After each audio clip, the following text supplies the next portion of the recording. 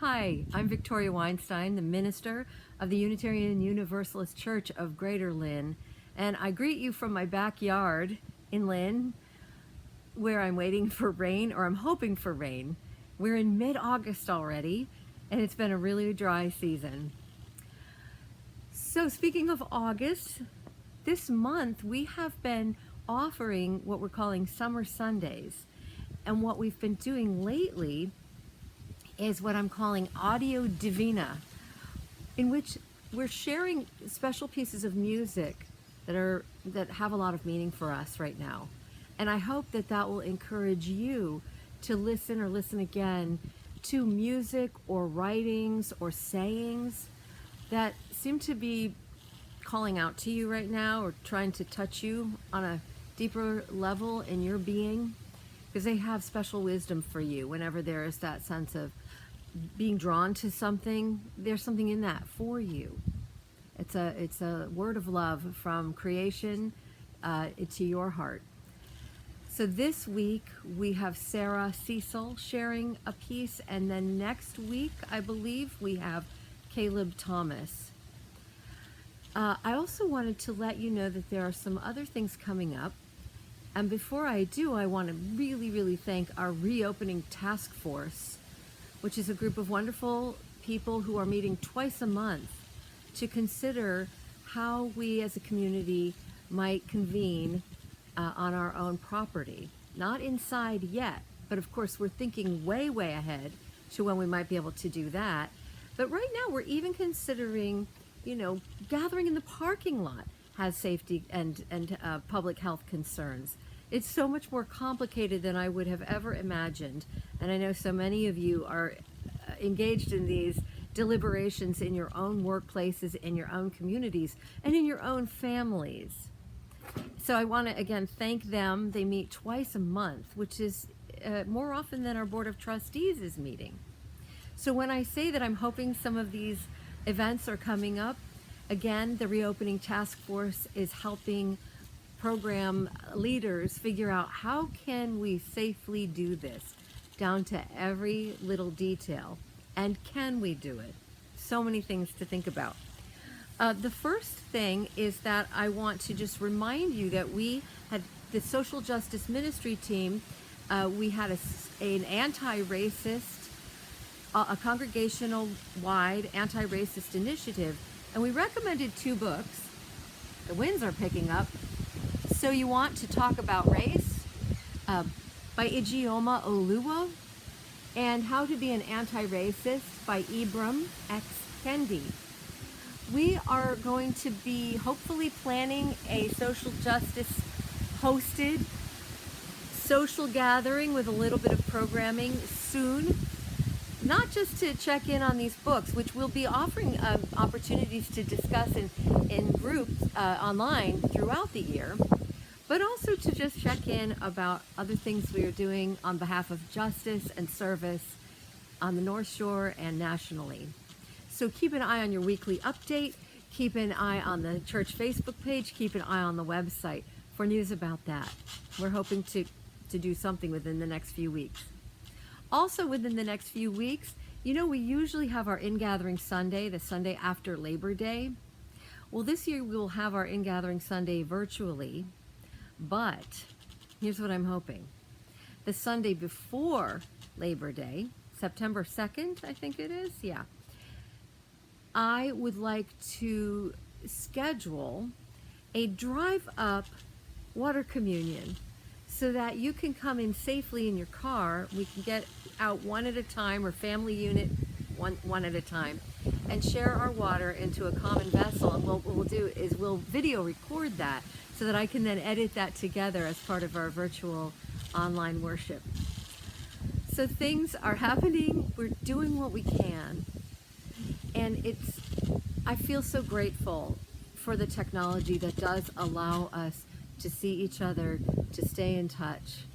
And so with that spirit of gratitude, I invite you to enter into that place of honesty and that place of peace and that place of deep connection that is worship. Welcome.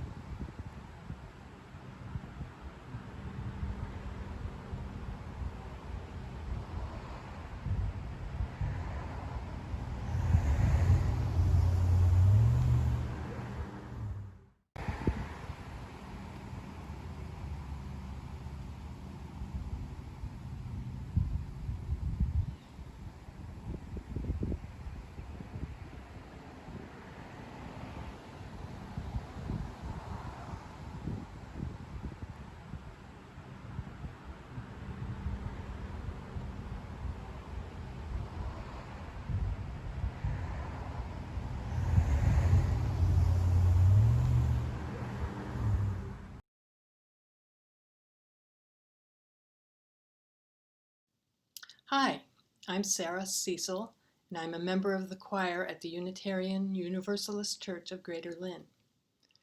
After hearing Reverend Vicky's recent Audio Divina sermon, I thought I would tell you about my experience last summer at the European Unitarian Conference in Berlin, Germany, and about one of the songs that we sang there.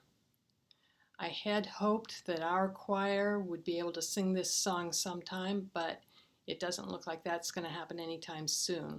So let me just tell you a little bit about it. I went to the conference as part of a group of 7 American UU singers from the Boston area, and it was just a wonderful experience. It's kind of hard to imagine today that just a year ago we were getting on an airplane and going to Berlin without really giving it a second thought. So I'm really glad that we were able to do that when we did. After we got to Berlin, we met up with 4 or 5 European singers who joined us for the Saturday night performance. Standing next to me was the only other tenor, a man from the UK who was a very good professional musician. And he turned to me at the first rehearsal and asked, when we get to the end, to the place where the tenors divide into 2 parts, which part would you like to sing? And I told him that I had been practicing the upper line. And he said, he says, the dissonant part. He says it takes courage to sing the dissonant note. And that comment really has stayed with me because it's so true, both figuratively and literally, because it's absolutely terrifying to be the only person singing your part, trying to hold your own against all the other parts, especially if you're the one singing the dissonant note. The song was written by the Estonian composer Pärt Uusberg, and it's called Muusik. And I was talking to a friend the other day, explaining to her about this video that I was hoping to make for the church service. And she asked, is the song in layers? Is that why they call it that? You know, like the Greek dish? And I had to say, no, it's not moussaka, it's musika, M-U-U-S-I-K-A. It means music in the Estonian language. The song is a musical setting of a poem written by an Estonian poet who lived from 1864 to 1913. And this is an English translation of the text. Somewhere the original harmony must exist, hidden somewhere in the vast wilds, in the earth's mighty firmament, in the far reaches of swirling galaxies, in sunshine, in a little flower, in the song of a forest, in the music of a mother's voice, or in teardrops.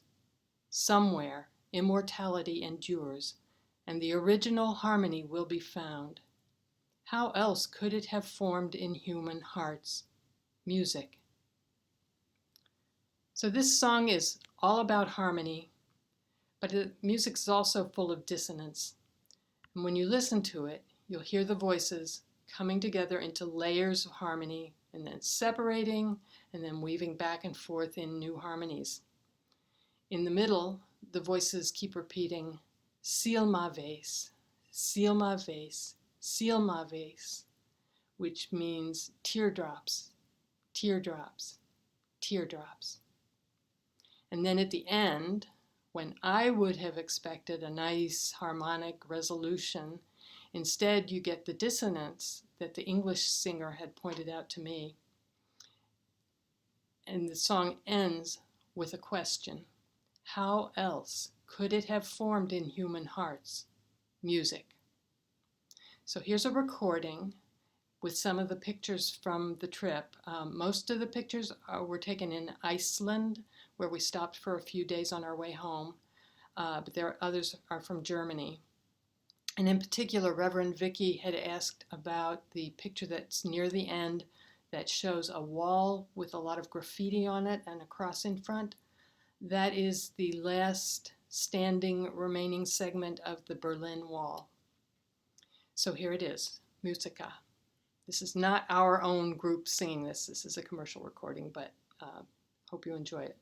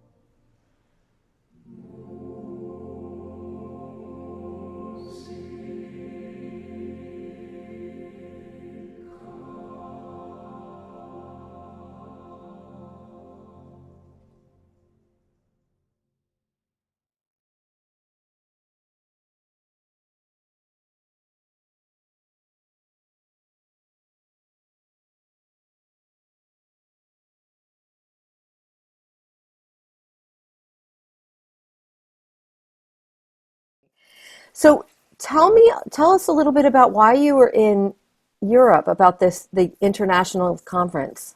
Yeah, so this was the second time that the two European Unitarian organizations had put together a conference. It was sponsored by the European Unitarian Universalists and the Unitaria Religionsgemeinschaft Freien Glauben. Brava! You gotta love those German compounds. Yeah, exactly. Freien Glaube. So two European Unitarian organizations, and Anne Watson-Bourne, who is the music director at the Newton UU Church, was the music director for the event. This was the second time she had done it, and the second time she brought a group from the US. And so my brother, who's a choir member at the Dedham UU Church, passed the word to me, and we both were really excited to go. So there were, like I said in the presentation, there were 7 of us from our group in the U.S. that went together to sing specifically to sing at the events. So and great. The conference was a big deal for those folks. because they don't have the same opportunities that we do to get together with other people, like-minded folks. They don't have the same level of infrastructure. In a lot of cases, they don't have a church as such. You know, they meet at somebody's home or in some, you know, restaurant or something. Yes. They don't necessarily have a choir. Some of the folks were just thrilled to be singing in a choir because they don't have one at their own church. That's so exciting. Yes, we kind of take some things for granted in the UU, in the United States. It's an association that, you know, with a lot of institutional history and structure. So that is great. And so so how many places did you sing? So the conference was all held in the hotel Okay. in Alexanderplatz. So at the beginning of the video, you see the group of us standing Yeah. outside rehearsing because we didn't have space inside that was convenient. So all the events were held there, and our small group sang at the Saturday night entertainment performance. Okay. But there were also several religious services, and there was a closing ceremony and various other events as well, but all at the same place. Okay, great. I I loved this song so much. I mean, I've been listening to it. I've probably heard it, watched your clip 7 or 8 times by now, and it's going to be on constant repeat. So thank you so much for that. It's just haunting, and and beautiful haunting, you know. And the composer's contemporary, Yes. per Olive. What? Tell me, how do you pronounce it? Pärt Uusberg, I don't know exactly. The Estonian is not a familiar language. Right, Pärt Uusberg. So, So the idea in this song that that there's like an original harmony somewhere, that it exists, that I was very taken by that mystical idea that that there's this place where harmony is located, and it's in the earth, but it's also, he takes you and then he goes way out to the galaxies, which, you know, is so mystical and cosmic. And then he brings home the idea that this original harmony is in a flower or in a forest. So he keeps taking us to these like little detailed locations that we know so intimately, and then kind of bringing it out into the grander scheme.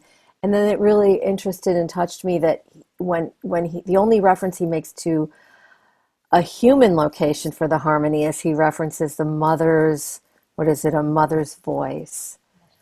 Ah, so then there's this section that lasts for 53 seconds, because I counted, where you are repeating the word tears. What is the word in Estonian? Silma vase. Silma vase. Silma vase, Yeah. Silma vase. And I think it's repeated 9 times. And as someone who sang this piece, I was wondering, you could have just repeated it, you know. I mean, again, I know that the recording we're listening to isn't the one of your choir, but I know that you were one of the, you have performed this song, you've shared this with other singers. How did you how did you as a singer and as a group approach that section? Because it goes on and on, and it's one word. Right. So as always, and I know Kenneth would be telling us this if he were here, when you're repeating, you don't just do the same thing over and over. You Right. grow, and then you come back and diminish. So yeah, you keep it moving along in its own way, and that's why I put it together with the photos of the waterfalls. I I thought they went know. together well. I loved that. It was like the earth sort of weeping and the tears. When you first heard, was this the first time you heard this piece? Yes. Okay. When you first heard it, what section grabbed you the most, or were you just affected by the most? Yeah, the whole thing I think is just lovely, and you know, as you're saying, it's music that expresses the words of the poem, the underlying text, and that's what good music always does. The music has to express the meaning of the words. Oh, that's right. It's based on a poem. Yes. Oh, of course. And you have, I mean, and you've given us, thank you for giving us the subtitles, to giving us the text of the poem with the music, because it helps. Obviously, we're listening to another language. And I think that we could have heard the song and still been really affected emotionally without even knowing what the words were, what the words meant. And that's also just a sign of great music is, you know, so the piece then moves from this tears thing, this idea of tears being the part of the original harmony, which gives such beautiful meaning to human suffering and human feeling. And then he moves it into immortality. Immortality endures.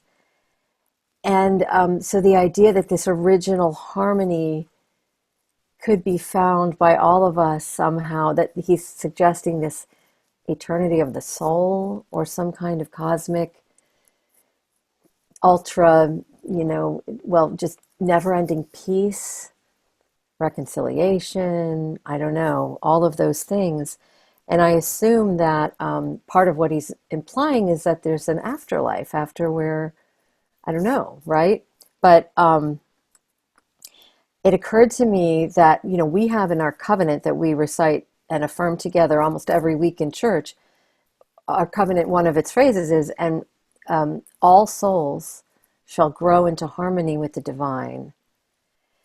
And so then when I heard this piece about the original harmony, I was like, oh, the original harmony and growing into harmony with the divine. And it's such a universalist idea that it's all of creation is part of this original harmony.